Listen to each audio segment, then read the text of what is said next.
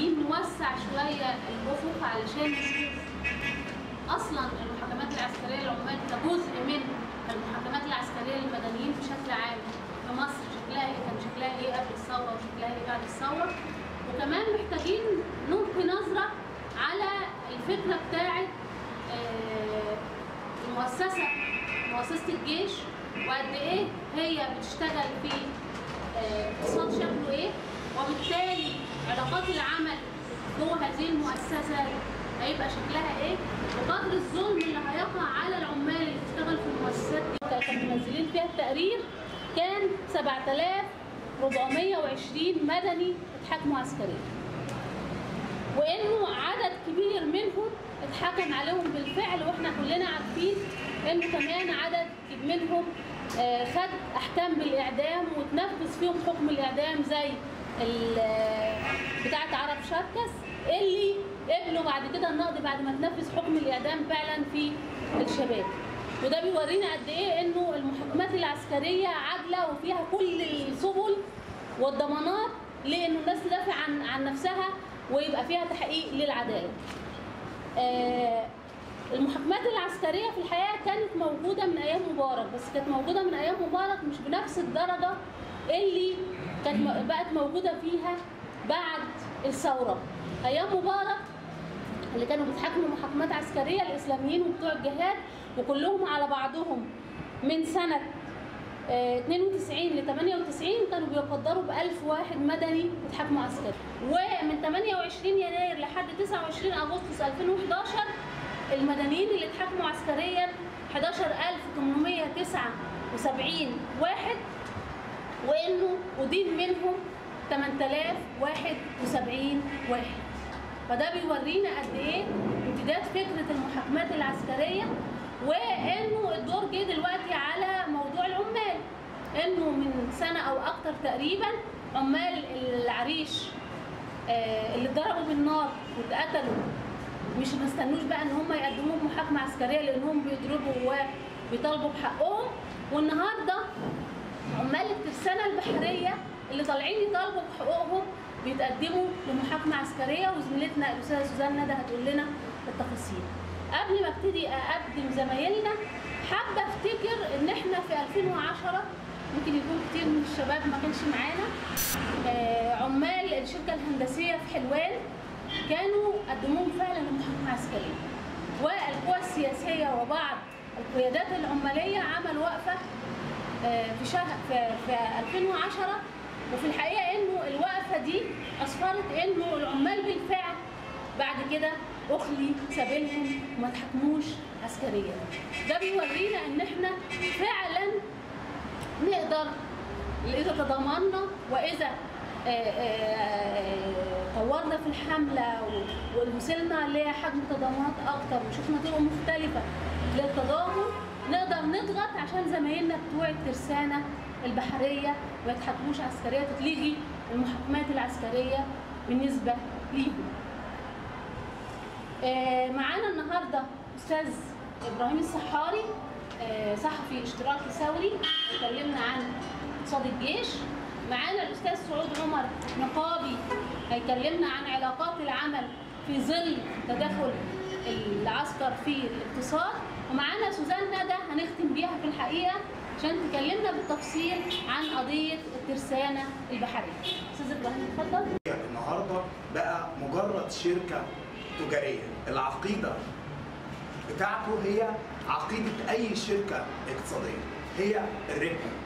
فكبار الجنرالات اللي موجوده جوه الجيش ده هم جزء من الطبقه الحاكمه، بيلعبوا دور بالاضافه انهم هيئه اركان مسلحه بتحمي بالدبابه وبالطياره وبالقوه المسلحه مصالح الطبقه الحاكمه دي، كمان بيحموا مصالحهم هم، بيحموا ما يمتلكوه وما راقموه خلال 40 سنه. الجيش بالفعل راقم ثروه مهوله جدا خلال 40 سنه اللي فاتوا، تقدر باقل التقديرات ب 25% من الاقتصاد القومي. في ناس بتقول انها 15%، في ناس بتقول انها 45%. انا في تقديري نقول الرقم المتواضع اللي هو 25%. 25% من الاقتصاد القومي، احنا الاقتصاد القومي عندنا ارباحها، وال 85% لا اما انهم ضباط او صف ضباط او مجندين. انا عايز اتكلم على شويه سمات بتميز اقتصاد الجيش. مثل بسيط، اكيد كلنا بنشوف لو راكبين ميكروباص او راكبين تاكسي او راكبين عربيه بنشوف محطات البنزين وطنيه. محطه وطنيه دي الجيش كان بيمتلك بس سنه 92 بيمتلك 6 محطات. في عموم البلد كلها كان بيمتلك بس 6 محطات. سنه 2002 كان بيمتلك 22 محطة، يعني تضاعف عدد المحطات خلال 10 سنوات، تضاعف في حدود 4 مرات من 6 ل 22. نشوف الرقم في 2011 وصل لقد إيه؟ وصل الرقم في 2011 ل 400 محطة. بقى بيمتلك الجيش 400 محطة من محطات البنزين. دي بتشكل تقريبا 13.5% من عدد المحطات الموجوده في البلد كلها، سواء كانت موبيل او وكاله او غيرها. احنا عندنا في مصر 3000. الارقام دي كلها ارقام 2011. بالتاكيد النهارده كلنا بنشوف في الطرق الجديده في توسع ما زال قائم فيما يتعلق بانشاء محطات جديده للمحطات وطنيه. فالجيش فده بيورينا نمط توسع الجيش في مشروعاته.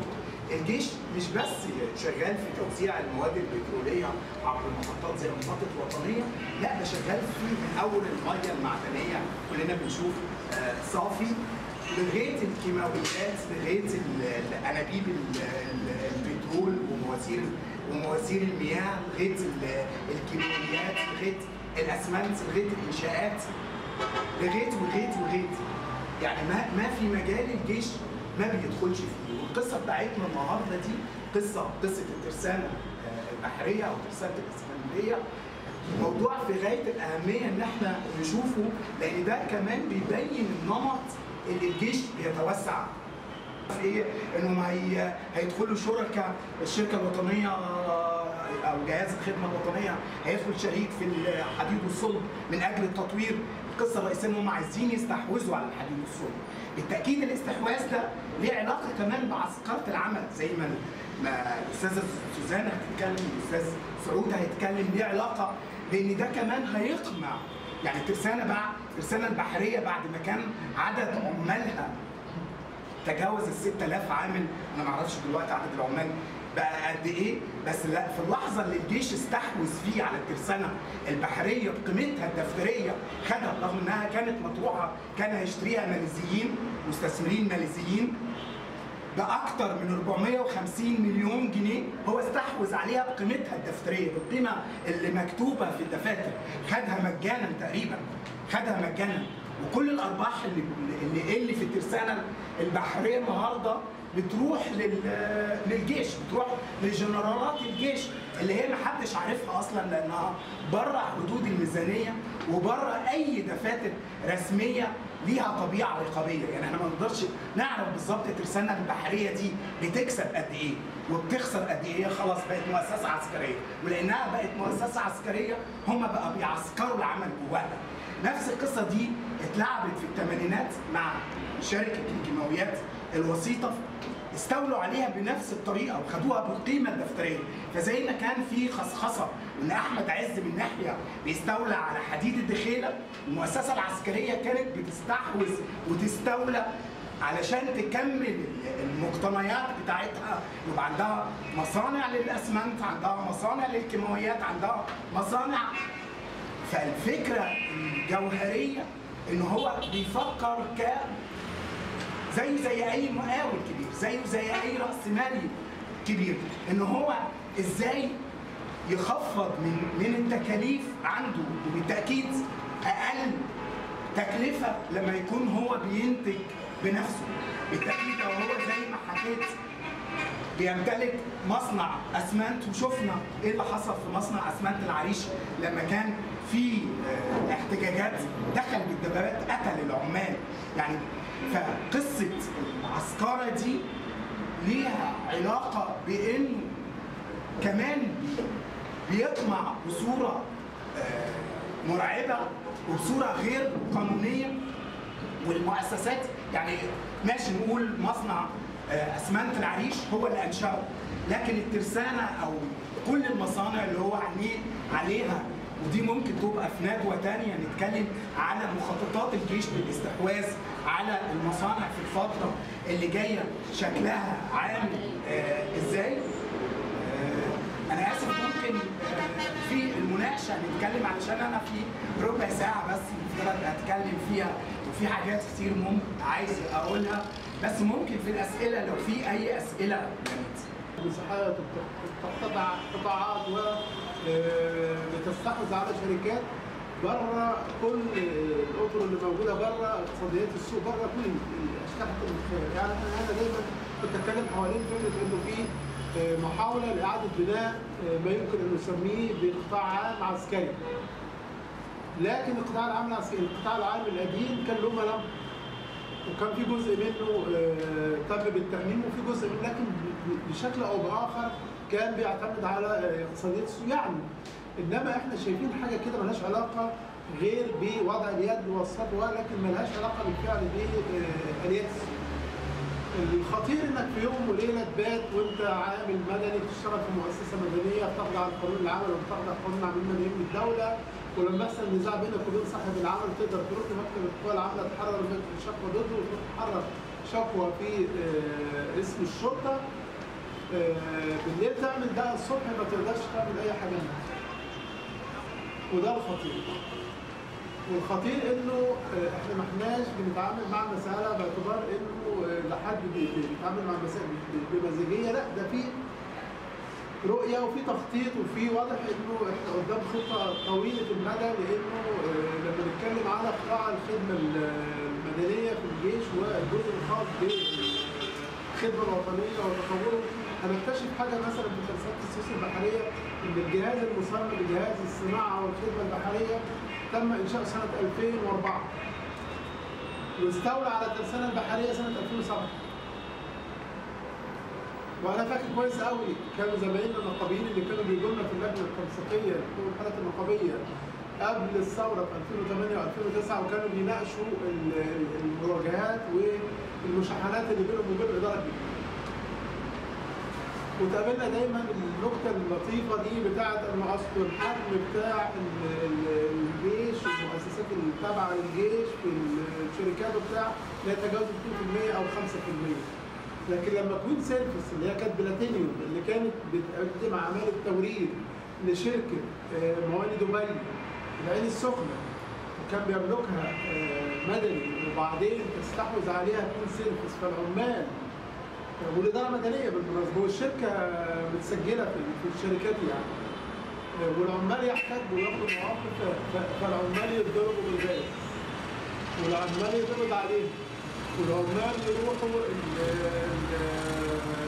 الجيش الثالث، كانت الجيش الثالث في عجروس، والعمال يتحبسوا والعمال يبقوا مرغمين يا يشتغلوا يا يتقبض عليهم ويقدموا لهم حقوق. هي دي الخطوره.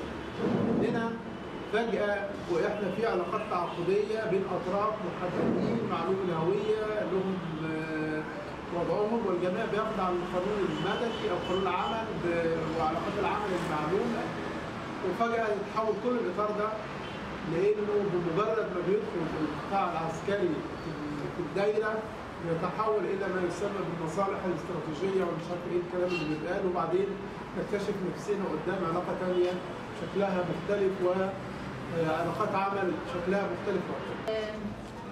أنا عرفتك زي ما عرفتني أنا سوزان ندى محامية مسؤول ملف العمال في المركز المصري للحقوق الاقتصادية والاجتماعية وحزب العيش والحرية تحت تأسيس. هو اللي يتابع شركة الترسانة البحرية الحقيقة هيفهم الاقتصاد المصري بدأ ازاي وماشي ازاي ورايح لغاية فين. هو سنة 1960 تم إنشاء شركة الترسانة البحرية وتم العمل فيها من 1964. 1973 تم إصدار قرار من رئيس الجمهورية باعتبار شركة الترسانة شركة مساهمة مصرية. تحولت بعد كده سنة 1993 لشركة قابضة بموجب القرار رقم 217 سنة 93. في 2003 اتحولت وأصبحت تابعة لجهاز الصناعات والخدمات البحرية التابع لوزارة الدفاع. ده بالظبط كده تقريبا اللي بيحصل في الاقتصاد المصري، شركات مساهمة، شركات قابضة، وبعدين تتحول هذه الشركات القابضة لتكون خاضعة بشكل أو بآخر لوزارة الدفاع. اللي حصل مع عمال شركة الترسانة إن هم يوم 22/5 أنا أسفة، يوم 22/5 كان ليهم عدد من المطالب. هذه المطالب وفقا للتقرير اللي كاتبه السيد اللي هو رئيس مجلس الإدارة. مطالبهم بتقول كالتالي: اعترضوا على القيمة المالية الممنوحة لهم من قبل القوات المسلحة بمناسبة شهر رمضان الكريم اللي هي كانت 75 جنيه. هم طول الوقت كانوا بيصرفوا شهر على رمضان وشهر منحة للعيد ولدخول المدارس. من بداية من 2007 وتحديدا من سنتين أصبح مبلغ مقطوع يصرف للقوات المسلحة العاملين بالشركات مبلغ 75 جنيه فقط. طلبوا انهم تسديد الشركه لباقي مديونيه صندوق الزماله العاملين عاملين صندوق للزماله ليهم. الصندوق ده تم الاستيلاء عليه من قبل مجلس الاداره. العمال طبعا بيطلبوا مطلب صعب جدا ان الاداره تسدد هذه المديونيه، والاداره رافضه وعماله بالجدول. تحديد موعد لاصدار حركات الترقيات للعاملين بالشركه. وقف الترقيات في الشركه من سنه 2007 حتى تاريخ. هم بيطالبوا انهم يتم اعاده الترقيات ليهم وتوزيع نسبه الارباح. السيد القائم على اللجنه النقابيه طلع لرئيس مجلس الاداره وحاول يتفاوض معاه، ودي ورقه لو حابين الزملاء الصحفيين ياخدوها، دي ورقه المفاوضات اللي هم توصلوا ليها. هنلاقي كالتالي القرارات اللي اتخذت: قيام بعض العاملين بتغيير الوظيفه المعين عليها والعمل بوظيفه اخرى اقل في المجهود والمسؤوليه، وذلك بعلم ومعرفه رؤساء القطاعات. ده كان مطلب العمال. اللي هيحصل فيه ايه؟ يتم تقديم قائمه باسماء العمال المخالفين لمسمى الوظيفه معرفه رؤساء القطاعات. طيب، صندوق الزماله لشركه الترسانه الاسكندريه، والذي يتم خصم من كل عامل بالترسانه 5% من الحافز و10% من الراتب. يقسموا من العامل 5% زائد 10% من الراتب، وده بيتحط في صندوق الزماله. طلبوا ان يتم رد هذه المبالغ، تم جدولة الديون ودفع الاقساط حتى فبراير 2016 بقيمه، انا عايزه اقول لكم ان قيمه الديون دي 3 مليون. هم اتفقوا انهم هيدفعوا قسط شهري 544,000 جنيه وهكذا. يعني ممكن نصورها بعد ما اخلص الكلمه. كل المطالب اللي طلبوها سيتم سوف ان شاء الله باذن الله. وبالتالي العمال اعترضوا على هذا وعملوا وقفه احتجاجيه داخل المصنع يوم 23. يوم 24 توجهت الشرطه العسكريه ومدرعات وعربيات امن مركزي وقامت باغلاق الشركه ومنعت العمال من الدخول. وصدر استدعاء ل 26 عامل من العاملين بشركه الترسانه البحريه. 13 عامل منهم توجهوا للنيابه العسكريه علشان يعرفوا ايه نوع التهم الموجهه ليهم. بعد التحقيق معاهم تم ابلاغ المحامي الاستاذ محمد عواد زميلنا بان هو اخلاء سبيل بضمان محل الاقامه كل من القسم التابع ليه. توجهوا للاقسام اللي هم تابعين ليها ليفاجئوا ان القرار الحقيقي هو 4 ايام على ذمه التحقيق. 4 ايام دي اتجددت بعد كده. بعد الاربع ايام خدوا 11 يوم، وبعدين 15 يوم في 15 يوم، وبعدين نزلوا جلسه يوم 25. وبعدين هيبقى بعد كده ابتداء من يوم السبت القادم الجلسات كل يوم لاستدعاء رئيس مجلس الاداره ورئيس قطاع الامن لسماع شهادته. التهمه اللي موجهه ليهم بناء على قرار الاحاله الصادر من رئيس النيابه العسكريه حابه اقراه لكم.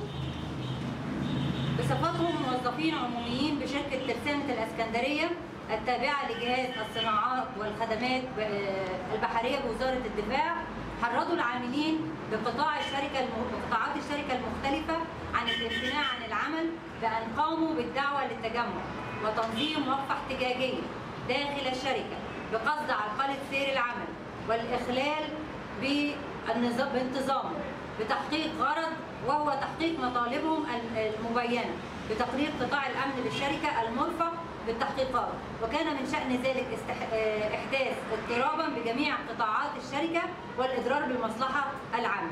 مواد الاتهام: المادة 5 من قانون القضاء العسكري، مواد 124 1 و2 و3، والمادة 124 1 على 1 و4 من قانون العقوبات. ده قرار الإحالة. القضاء العسكري رقم 5 حابة أقراه لكم برضه عشان تبقوا عارفين. أولا زي ما قال الأستاذ سعود عمر، يخضع للقضاء العسكري كل العاملين بالجيش والأمناء وأمناء الصف والضباط والعاملين وكل من يتعرض لمركبة أو سيارة تابعة للقوات المسلحة أو أحد المحال التي يشغلها أي فرد من أفراد القوات المسلحة. يعني لو نزلنا الجمعية الاستهلاكية اللي عاملينها القوات المسلحة اتخانقتوا مع الموظفين اللي موجودين هناك هتتحالوا لمحاكمة عسكرية. ده هنا المادة 5 بتقول معدلة بالقانون 5 لسنة 68 ثم عدل من نفس المادة بقانون 82 لسنة 68. تسري أحكام هذا القانون على كل من يرتكب أحد الجرائم الآتية: الجرائم التي تقع في المعسكرات أو السكنات أو المؤسسات أو المصانع أو السفن أو الطائرات أو المركبات أو الأماكن أو المحلات التي يشغلها العسكريون لصالح القوات المسلحة أينما وجدت. الجرائم التي تقع على معدات ومهمات وأسلحة وذخائر ووثائق وأسرار القوات المسلحة وكافة متعلقاتها. ده المادة 5 من القضاء العسكري. المادة 124 بتتكلم عن الامتناع عن العمل والتحريض عن الامتناع عن العمل، والمفترض ان عقوبتها 6 شهور وغرامه بتضاعف في حاله التحريض. اضيف ليها مؤخرا ماده اللي هي امكانيه عزل العامل من محل عمله اي فصل العامل، فحتى يعني ده لمزيد من الاضطهاد بالعمال. الحقيقه ان احنا حاولنا نتواصل كتير جدا مع العمال، واخيرا كانوا ابتدوا يقتنعوا انهم يقولوا شهاداتهم وكذا.